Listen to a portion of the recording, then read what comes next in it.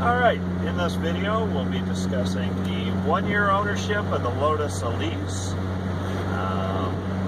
As most of you know, I've had the car for 1 year.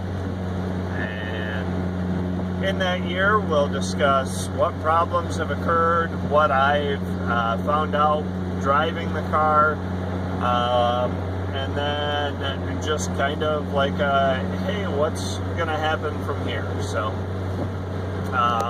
1 year ago, actually on the upload date of this video, not the recording, I had brought my 2006 Lotus Elise home. And that was a major goal in my life.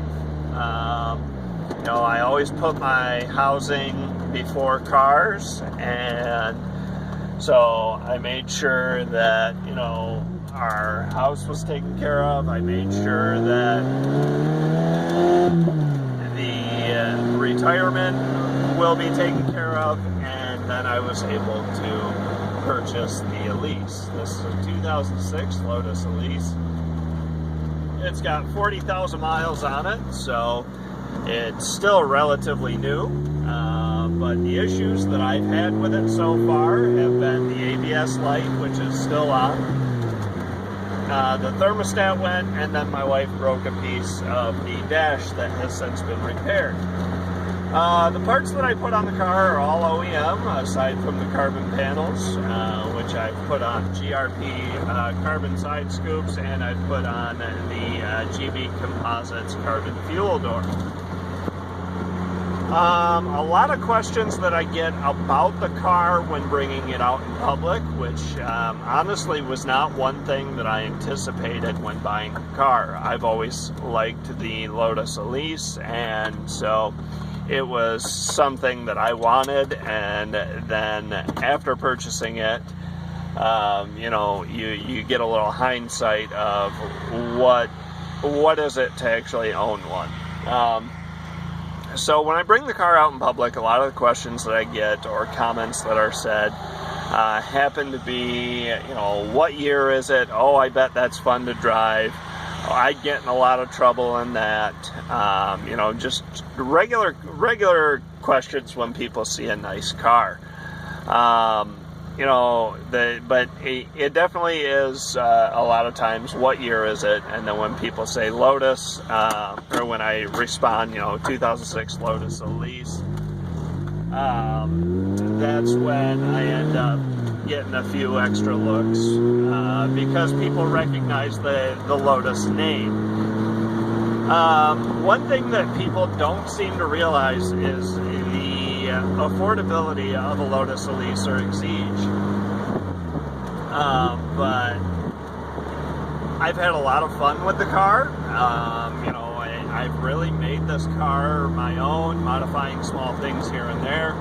The hard top is actually primered right now, so that is finally coming to fruition.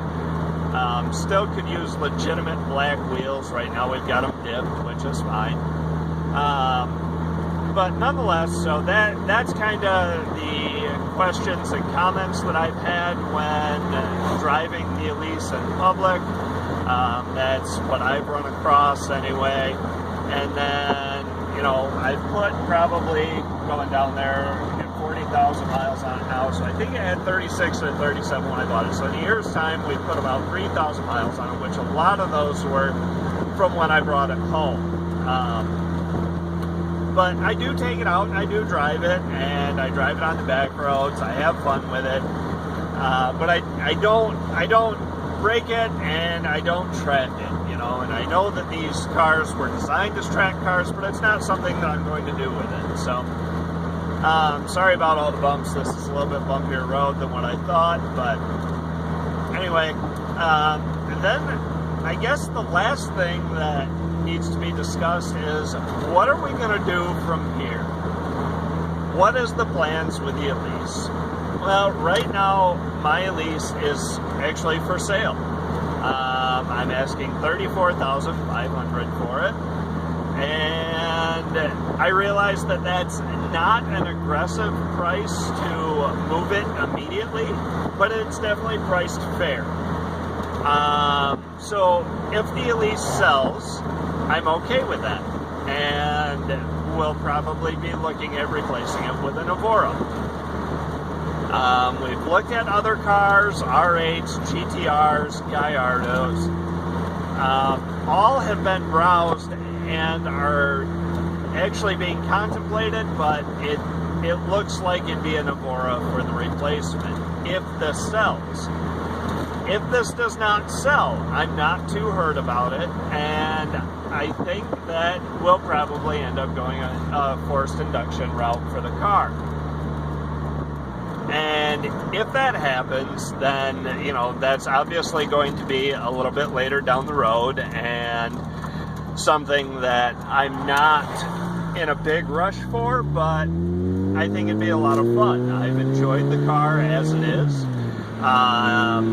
but it's too small for my wife, and so she doesn't go out for drives, you know, all alone. Woe is me, sad and alone in a Lotus. But, you know, nonetheless, I'd like an Evora. When we bought the Elise, the Evoras weren't even in our price range. Times have changed for the better, and so the Evora might be something that could come to fruition if this sells for the right price. If it doesn't, you know, I'm perfectly content in it. I love it. I love the acceleration. I love the sounds.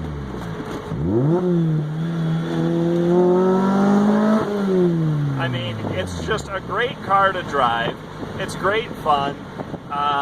So I'm not too terribly hurt if I have to keep it. And, you know, that's the plans for now, is either keep it, and then once it's paid off, we'll end up going with, you know, forced induction. If it sells, we'll end up going with a different R8 Evora, something along those lines. So that's the plans. That's what I've run into in a year's ownership of the Lotus Elise.